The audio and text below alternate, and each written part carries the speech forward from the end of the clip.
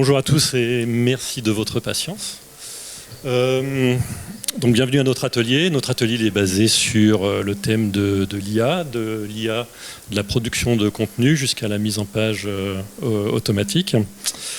Donc je suis avec mon collègue Emmanuel. Emmanuel est notre responsable des projets.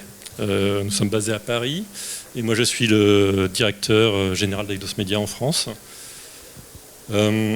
Pour ceux qui ne nous connaissent pas, donc Eidos Media, c'est une société multinationale qui a été lancée au début des années 2000. On est basé à Milan, mais on a une présence globale avec des filiales un peu partout dans le monde, là où il y en a des gros pôles de clients, donc Paris, Londres, Francfort, New York, Sydney et Shanghai. Très récemment, on vient d'ouvrir un nouveau centre de technologie à Porto pour augmenter notre capacité dans l'innovation. Notre solution est basée sur deux plateformes distinctes qui collaborent totalement, le CMS méthode éditoriale et la plateforme de distribution digitale qui s'appelle Cobalt. C'est une solution globale qui permet de maintenir le cycle de production constant de la création des contenus jusqu'à leur distribution sur tous les canaux, que ce soit sur le digital évidemment, mais également sur le print, de manière à assurer la publication de tout type de produits. Alors on peut passer au slide suivant. Alors, notre solution a été conçue nativement pour offrir des points d'entrée pour connecter tout type de services. Et ce qu'on va vous montrer aujourd'hui, c'est cette capacité justement à intégrer tous les nouveaux services basés sur l'IA. L'objectif, en fait, qu'on a voulu démontrer, c'est comment amener une nouvelle expérience utilisateur grâce à ces nouveaux services et surtout comment faire profiter de ces services aux utilisateurs. Alors le premier exemple de cette mise en œuvre, c'est une toute nouveauté. Tu peux passer au slide suivant. C'est un nouveau panneau qui a été développé spécifiquement sur le client web de méthode qui s'appelle Swing. Alors, on cherche encore un petit peu le nom marketing de ce nouveau panneau. Il s'appelle pour l'instant Swing Pro Action. C'est vraiment le panneau qui va permettre en fait aux utilisateurs d'être connectés à l'IA via une nouvelle expérience. Facile d'accès. Entièrement configurable. Ce panneau vous permet en fait de définir exactement la façon dont vous souhaitez interagir avec tous ces nouveaux services. Alors que ce soit pour de la proposition de contenu en générative IA, mais également du traitement d'images, ou également, et c'est ça qui est intéressant, c'est que ça permet d'utiliser via des raccourcis clavier les fonctions natives de Swing, ou de développer des nouvelles fonctions personnalisées. Donc on est vraiment dans l'optimisation de l'expérience utilisateur.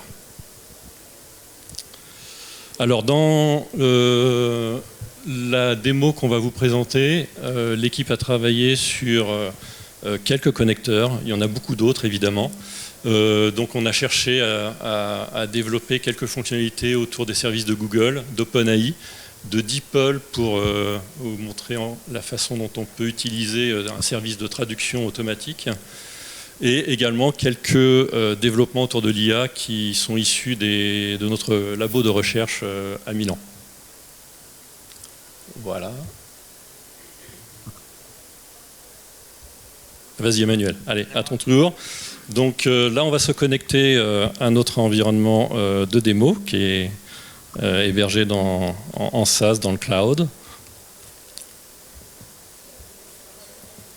Est-ce que vous m'entendez? Très bien, merci. Alors, je vais illustrer quelques idées d'intégration de l'IA dans l'éditeur de texte Swing pour m'assister dans la réalisation de mon article, je vais partir d'un texte en anglais et illustrer déjà rapidement comment très rapidement je peux traduire le texte en faisant appel à l'IA via... On voit pas ton écran. Ah, on voit pas mon écran. Alors, je vais recommencer du début. Je vais peut-être quitter la présentation.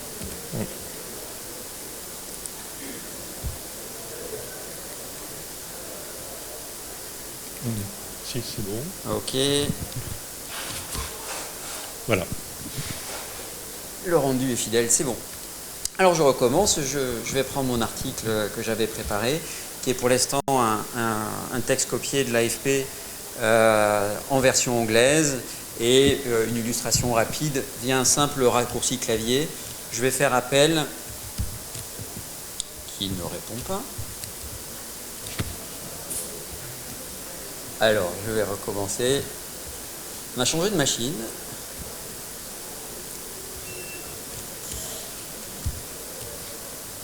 Alors, nous allons reconnecter. Petit problème de cache. Rafraîchi, on a fait des mises à jour là récemment. Et donc tout était prêt sur la machine d'Emmanuel. Et là, on a dû basculer à la dernière minute sur mon PC. Évidemment, ça c'est l'effet démo. Ça arrive à chaque fois. Enfin, presque. Ah. Voilà, donc le raccourci clavier. Donc voilà la nouvelle magie en fait, qui Emmanuel va illustrer. Donc je reprends pour une deuxième fois, j'espère que cette fois c'est la bonne. Je reviens dans mon texte et par le raccourci clavier, je vais interroger les différents services qui sont à disposition. Ici c'est la traduction, donc je vais appuyer sur DeepL et choisir dans les propositions la traduction qui me conviendrait. Je vais traduire en français. Et vous voyez, mon texte est traduit en français. Mon éditeur est encore configuré en anglais, c'est pour ça que le spell checker me souligne les mots. Ce que je pourrais faire aussi par la même occasion, toujours le même raccourci clavier, travailler sur le titre et sur la base de l'analyse du texte, demander à l'IA, à ChatGPT, de me suggérer ou de me proposer un nouveau titre. L'intégration va remplacer le titre en anglais par la version française que ChatGPT me propose. Évidemment, je pourrais ne pas être satisfait et modifier tout ou partie de ce qui a été produit. Également aussi, au niveau du titre, une autre proposition, c'est que l'IA me propose davantage de choix qu'un titre tout fait. Et je vais choisir une liste de choix avec un certain nombre de variantes de titres que je vais pouvoir choisir et insérer en remplacement de mon titre initial. Et puis pour terminer et avoir un texte complet, je vais demander à ChatGPT par exemple de me proposer une introduction de mon article. Je vais le faire en direct ici, mais le même principe, il pourrait me proposer différentes versions, me laisser choisir celle qui me conviendrait le mieux.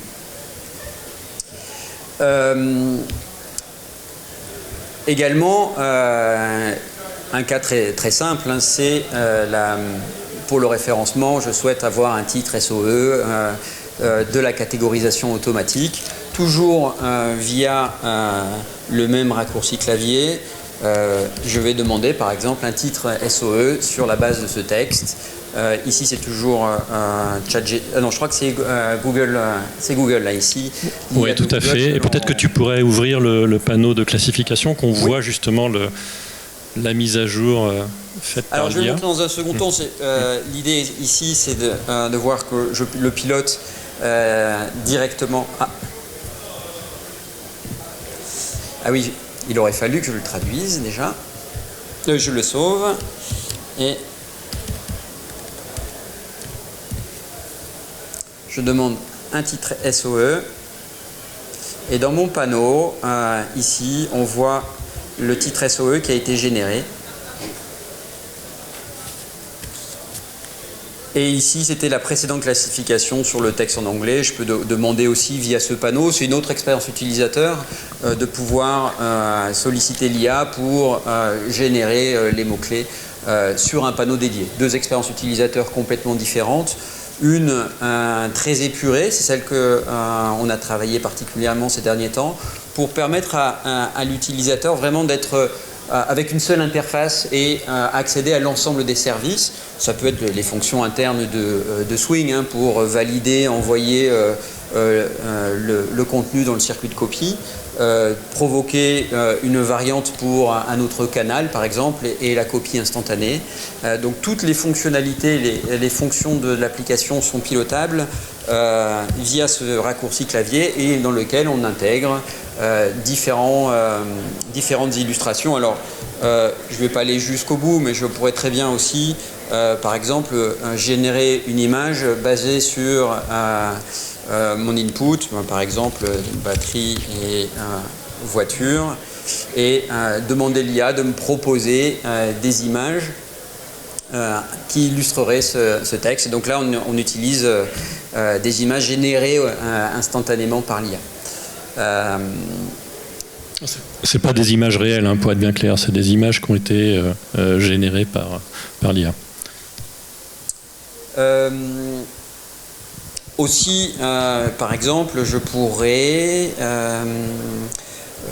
rechercher dans ma base de données une sélection, le mot que j'ai sélectionné ou une phrase que j'ai sélectionnée. Donc toujours pareil, je vais faire appel à un mauvais raccourci clavier. J'ai rechargé ma page, je recommence. Donc je vais sélectionner le texte et faire une recherche.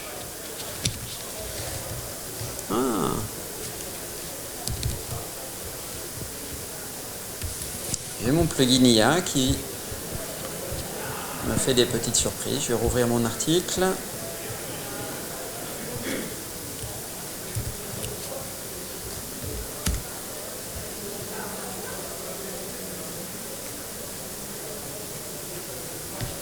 Alors, je voulais rechercher, voilà, rechercher dans ma base de données sur ma sélection du texte et me proposer dans ma base de données ou dans les bases intégrées autour de méthodes des propositions de contenu basées sur ma recherche et également je peux faire appel à l'ensemble des fonctions préconfigurées, chat, pour aller piocher dans les différentes possibilités. Par exemple, j'aimerais à la fin de mon article ou au début insérer une liste de points clés de mon article. Par exemple, une liste de points qui résume les différents aspects de mon article. Et pareil, là, je demande à l'IA de me suggérer différents points qui vont résumer mon article et me proposer les différentes options. Alors c'est censé être une liste, hein. Je pense qu'il y a un petit problème de mise en style. Il y a les retours donc chaque retour à la ligne est manquant. Liste, on va lui demander une deuxième fois. Ah non, cette fois-ci il ne veut pas. Mais vous avez compris, hein, l'idée c'est juste les retours à la ligne que le plugin n'a pas assuré pour que les listes soient complètement générées. Mais j'ai bien ma liste de points qui a été produite par l'IA. Le prototype encore est perfectible. Voilà, ce module il sera disponible à partir de l'année prochaine. On est en train de finaliser sa validation au niveau du centre de développement. Première release, premier trimestre 2024. Et pour terminer, hein, donc là ici on montre une expérience utilisateur où l'ensemble des fonctions sont proposées via un commande prompt. On peut également aussi développer, et ça c'est les différentes fonctionnalités, les possibilités de swing, des panneaux dédiés à une activité, par exemple analyse de sentiments ou traduction ou un prompt pour directement dialoguer avec ChatGPT et étendre de manière beaucoup plus libre les fonctions préconfigurées qui sont proposées ici via ce raccourci. Est-ce que vous avez des questions? Mathieu?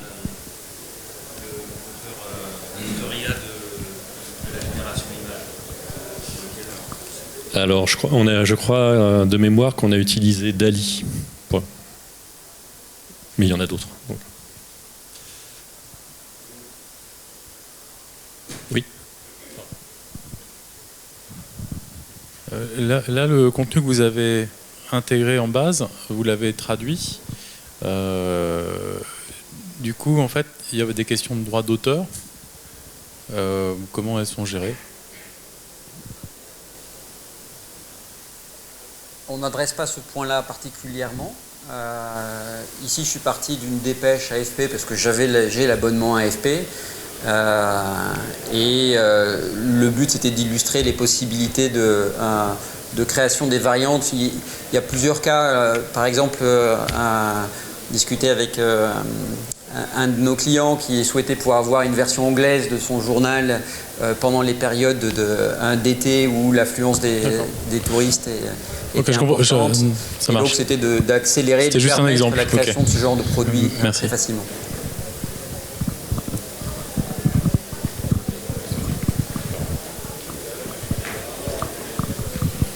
Est-ce que vous pensez à l'avenir intégrer pour le plagiat, pour vérifier si le texte va correspondre à d'autres articles déjà créés au même moment, etc. Absolument. C'est vraiment conçu pour Alors, je peux répondre sur celui-là. En fait, on a intégré une solution également qui s'appelle Writing Assistant. Dans sa version qui sera disponible l'année prochaine, une de ses fonctionnalités, ça va être de détecter le plagiat et surtout des contenus générés automatiquement par des IA. Ça veut dire qu'au sein d'un article comme ça, on sera en capacité de voir ce qui a été fait par l'auteur et ce qui a été fait par de l'IA. Voilà, alors en plus l'application est conçu pour faciliter en fait cette distinction. Ce que l'on voit à l'écran là, effectivement ça ressemble à disons un texte Word, mais derrière il y a du balisage XML et donc c'est très facile pour nous en fait de détecter par des attributs les parties écrites manuellement par un journaliste de celles générées automatiquement. Et par exemple si tu lances le panneau Sentiment Analysis, on peut imaginer ce type de représentation où on va voir directement dans le texte, tu cliques pas sur headline mais sur texte, dans le panneau à droite, en haut à droite, ouais, plus à droite. Clique sur texte. Ah pardon, oui. Je pensais que le texte... Voilà, donc là, on voit par un jeu de couleurs, en fait, alors là, c'est pour faire de l'analyse, disons, de sentiments, donc les textes neutres, la partie positive, la partie négative d'un contenu. On peut très bien imaginer, en fait, un corollaire où c'est écrit par un journaliste, écrit par, voilà, généré automatiquement. Le fait d'être passé par de la traduction, est-ce que finalement, ce n'est pas la totalité de l'article qui va être considérée comme étant fait par de l'IA? Alors, à l'origine... C'était un texte, oui, tout à fait. Bon, là, c'était vraiment pour un exemple, hein, dans un scénario de démo.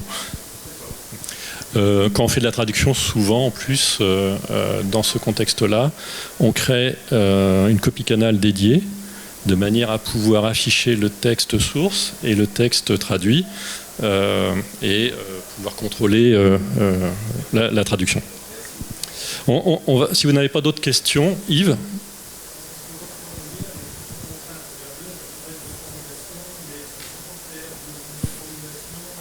Oui, alors dans ce cas-là, on a développé ce panneau, par exemple, donc basé sur ChatGPT, mais ça peut être une autre IA, où tu peux formuler en fait tes demandes de génération de texte. Et en fait, les services qui sont ici, tu peux étendre définir exactement, on le voit, hein, ce sont des fonctions très, très spécifiques qui sont greffées, préconfigurées, et donc le module est complètement prévu pour ajouter les services IA prédéfinis, ou de manière complètement libre via un panneau où on interroge directement l'IA. On va passer au deuxième thème de l'atelier, qui concerne la mise en page automatisée.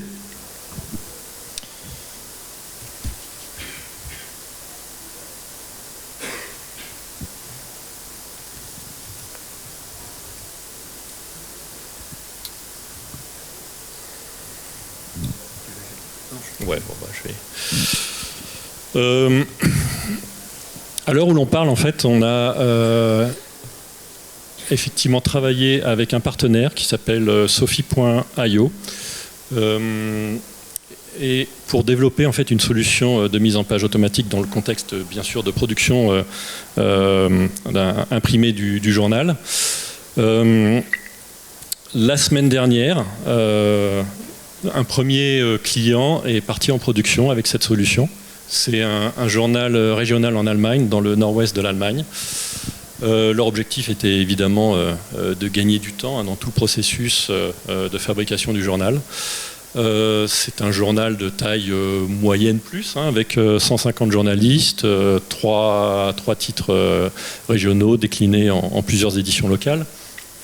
Et on a 2 autres projets en cours chez 2 autres clients régionaux. Donc aujourd'hui, la cible, évidemment, paraît être beaucoup plus sur les titres régionaux, mais la solution s'applique à tout type de production, que ce soit du national, etc., pour peu qu'il y ait en fait une charte graphique relativement bien définie et constante dans le déroulé du journal. La solution est basée sur de l'apprentissage. Et donc, pendant le projet, donc notre client NWZ a remodélisé un petit peu son circuit de production du journal pour que le processus soit efficient. Donc et c'est ce qu'on présentait vraiment dans un des premiers slides. En fait, le principe de la plateforme, c'est de la production de contenu en continu. Donc on récupère en fait en amont du processus de mise en page automatique tous les contenus. Il y a une étape importante de planification de ces contenus et surtout de leur catégorisation et de la mise en place de priorités sur ces contenus.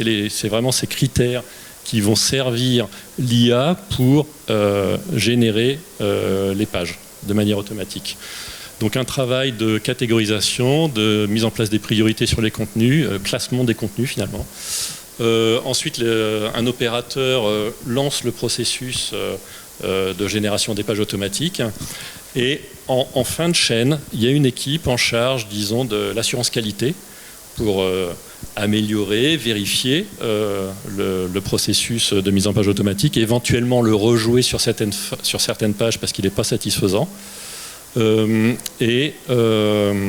l'IA ne fait pas tout, évidemment, surtout dans cette première itération. Et donc il y a les possibilités également de rajouter de l'enrichissement manuel pour faire des effets graphiques sur des pages dites premium, par exemple, des tourages photos, etc. etc. Et l'édition est ensuite prête à être envoyée à l'imprimerie. Ce qu'on peut rajouter pour cette intégration, c'est que ce qui est passé à l'IA, c'est de la métadonnée, des données techniques, et à aucun moment les contenus des articles ne sont transmis à l'IA. Et ça, c'est vraiment important pour assurer la confidentialité de vos données, sachant qu'IA tourne quelque part dans le cloud, c'est chez Amazon. Voilà, donc vos données restent chez vous, sur votre système, votre plateforme. Alors voilà, ça c'est un exemple, disons, avec des captures d'écran de NWZ. Donc c'est le processus en amont, c'est la planification et la sélection des contenus. Et on voit qu'ils ont développé des panneaux qui permettent en fait de modéliser, visualiser en amont du processus en fait les priorités qui positionnent sur les contenus. Voilà, le panneau de gauche c'est le news management, donc pilote. La news, la planification des contenus. Alors, l'étape suivante, c'est le résultat de cette planification. Donc on a deux panneaux distincts. Là, on est sur Prime. Une recherche dynamique qui permet en fait de montrer aux utilisateurs quels sont les contenus qui ont été sélectionnés avec leurs priorités pour alimenter cette édition. Alors, ils ont démarré la semaine dernière, donc leur premier objectif, c'était de valider tout le process. Donc, ils ont créé en automatique un premier cahier de 8 pages au sein de leur journal. Certaines de ces pages, vous le voyez, restent manuelles. D'autres vont être automatisées, mais contiennent aussi des contenus positionnés comme des publicités ou réserver un bloc pour mettre du rédactionnel manuellement par la suite. Ensuite, l'IA, comme on peut le constater sur la droite, a généré l'intégralité des pages. Le processus a duré moins de 2 minutes. Et donc l'idée derrière, c'est effectivement le gain de temps pour plus de qualité et pour utiliser aussi les équipes pour améliorer le contenu, faire plus de contenu, éventuellement décliner vers d'autres produits. Alors ici on voit le processus d'assurance qualité, c'est on ouvre les pages et on vérifie éventuellement des petits problèmes de justification de texte, cadrage photo, éventuellement le positionnement de certains blocs. Voilà, c'est de l'ajustement à la marge, vérification de chacune des pages. Dernière étape, c'est d'éventuels enrichissements. Ce que ne fait pas l'IA, c'est par exemple aujourd'hui position de photos supplémentaires entre 2 colonnes, un détourage également que l'on peut faire donc cette fois-ci manuellement, ou une rotation d'un bloc photo. L'IA aujourd'hui est entraînée pour mettre des contenus et des formes sur des colonnes de largeur constante, et donc pas de chevauchement de blocs ou de rotation de blocs au travers des colonnes. Donc c'est vraiment un processus qui est basé en fait sur l'apprentissage et l'amélioration au fil de la production des pages du modèle qui a été préalablement entraîné. Et ce que disait Emmanuel tout à l'heure, c'est que les textes sont conservés. On ne touche pas au texte, on n'envoie que des informations de dimension. Ce qui pilote, c'est la classification, la priorité des contenus qui a été fait en amont. Et quelque part, je dirais que la conclusion de ce nouveau mécanisme, c'est l'application d'une approche Web First ou Content First à un processus qui historiquement a toujours été très piloté par la maquette. Donc en fait, toute la production de contenu qui vient du digital, elle peut être très facilement assimilée, intégrée et respecter les contraintes quelque part du print. Alors on a une vidéo, mais c'est un petit peu long, on a déjà un petit peu dépassé le chrono. On a récupéré dans les slides qui suivent le déroulé en fait en réel de ce qui s'est passé la semaine dernière chez notre client. Donc là c'est une vraie production, c'était le 29 novembre, donc la semaine dernière. L'édition pilote c'était celle-là, ZEOF. Ici, le déroulé de l'édition, les contenus qui vont être montés automatiquement dans les pages. Sur la droite, on voit que ces contenus ont été priorisés, catégorisés, les valeurs 1, 2, 2, 3, donc c'est leur code. On a également les notions de type d'article, c'est important, les modèles d'articles, ça va aider l'IA en fait à bien positionner les éléments dans les pages.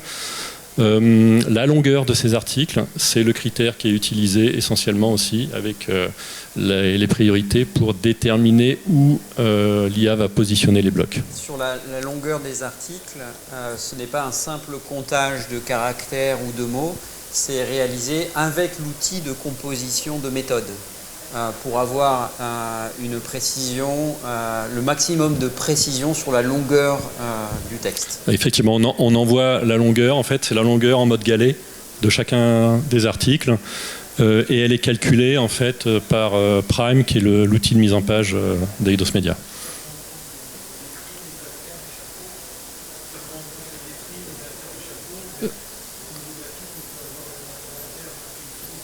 Ouais, alors après, c'est de l'ajustement à la marge, effectivement. C'est pour ça en fait, qu'il y a un processus de qualité, assurance à la fin. Mais globalement, vous allez voir, en fait, le résultat est largement satisfaisant. Suivant, je pense. Donc là...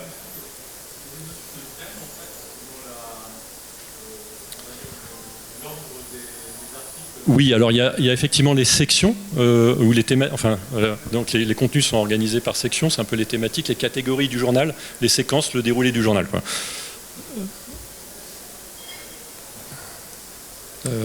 Voilà, donc ça c'est les 5 pages qui ont été configurées pour être automatisées, sachant qu'on peut dans le déroulé du journal définir les pages qui sont faites manuellement de celles que l'on souhaite automatiser. Également ici des zones réservées que l'IA ne touchera pas. Avec des blocs déjà prépositionnés, on voit une pub, on voit le bloc rouge, là c'est un bloc que la rédaction souhaitait se réserver pour mettre du contenu. Et puis on voit là le petit bloc vert, c'est l'ours du journal, voilà, qui est déjà prépositionné parce qu'il est dans le template du déroulé du journal. Alors ici, on exporte en fait la structure du journal. Alors c'est une opération que vous faites partout. Donc cette information est utilisée ensuite par l'IA. Normalement, c'est le genre d'export que l'on envoie ensuite à l'imprimerie, à Newsway. Hein. Mais bon, voilà, la même structure est utilisée pour que l'IA comprenne en fait la structure de l'édition. Ensuite, l'opérateur clique sur l'icône en haut à droite, sophie.io, pour déclencher en fait l'envoi des contenus, des articles à l'IA. Alors on n'envoie pas les contenus, hein, des informations sur les articles, sur les images et les pages qui doivent être montées automatiquement. Ça c'est le retour en fait du panneau qui dit que tout est prêt, l'export a bien été fait et on voit une première page se monter automatiquement et progressivement l'ensemble des pages qui montent automatiquement. Ici, notre collègue va afficher toutes les pages en affichage de contenu. Alors on voit que, alors c'est les réglages en fait de ce client-là. Il n'y a aucune justification automatique, ça fait partie de leur charte et de leurs contraintes. Normalement, chez bon nombre de nos installations en France, notamment, il y a une petite phase finale totalement automatique qui permet de justifier les contenus dans les respects, bien sûr, de la charte graphique. Voilà. Et cette première version en production ne traite pas encore le cadrage automatique des photos. Là, on imagine peut-être d'utiliser une IA pour proposer en fait un cadrage dynamique par rapport à la détection d'un point focal sur une photo. On vous avait montré au mois de juin lors de notre customer meeting en fait que l'on pouvait piloter le cadrage par la description d'une légende photo de manière automatique. Voilà le type d'expérience que l'on peut rajouter aussi grâce à l'IA, c'est-à-dire le pilotage du cadrage photo rien que par la description d'une légende. Quelles étaient les attentes en fait du client vis-à-vis du projet Sophie? Évidemment, hein, c'était simplifier et standardiser la production du journal. L'idée, c'est d'avoir un mode opératoire le plus standard possible, également pour pouvoir faire tourner les équipes plus facilement. Sur différents postes et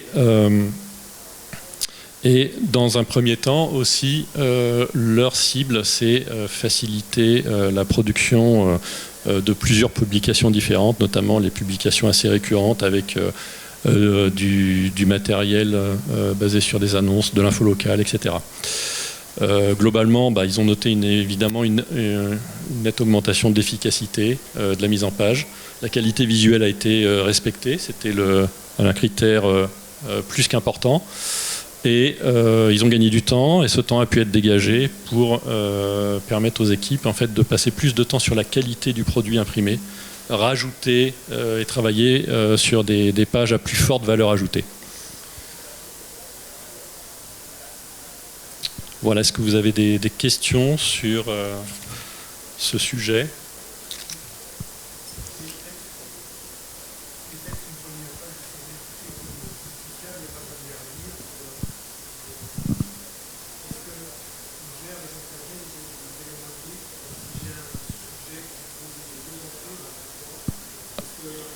Oui, effectivement. Donc, c'est fait partie des différents types d'objets. Alors, j'en ai discuté hier avec notre collègue qui était chef de projet sur. Donc, il y a effectivement des notions en fait d'articles premiers, secondaires, infobox, colonne de brève. Et donc les infobox, c'est par exemple, en fait, je ne sais pas comment on appelle ça en France, mais c'est le terme qu'il utilisait, qui était en fait une fiche technique qui permettait en fait de décrire un joueur de foot ou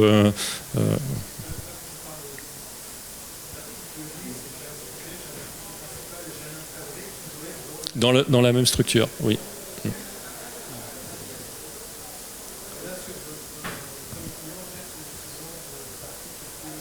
Ouais, en fait, ils avaient déjà en fait cette complexité de maquette et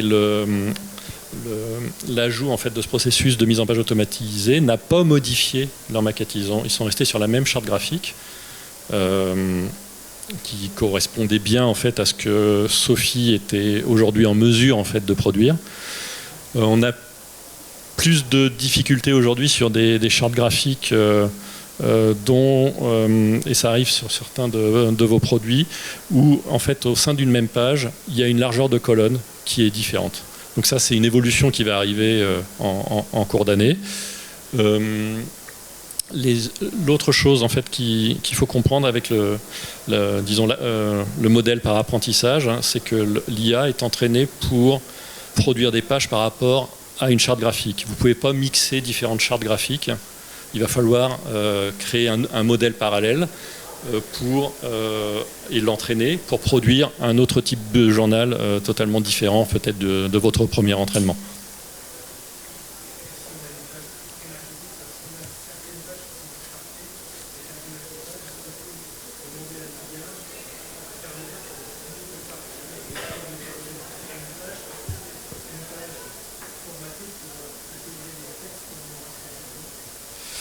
Là, c'est pas la philosophie du fonctionnement, hein, puisque en fait, on envoie des contenus et elle renvoie des pages toutes montées par rapport à l'apprentissage qui lui a été fait. Ça fait partie des réflexions, ouais. Et probablement pas avec le service Sophie. Mais on a effectivement en labo un projet qui permet de répondre à ce genre de problème, à ce type de problématique.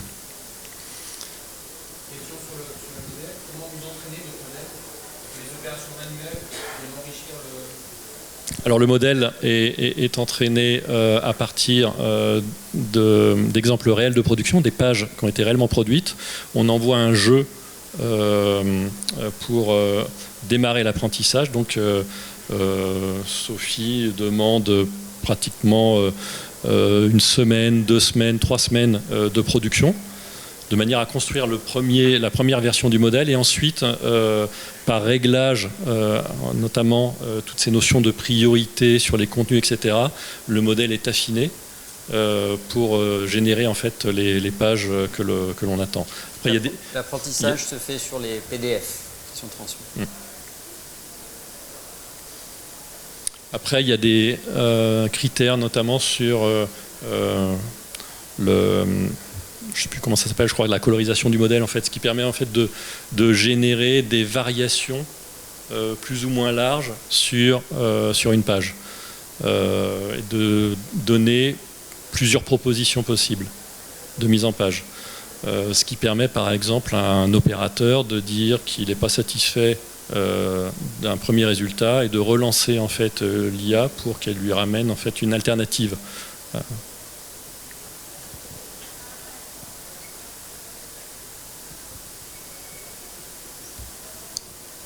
Je corrige, on est au stand 20, je crois. On est au stand... Ah, pardon, excusez-moi. Donc au stand 20. Pas. Ouais.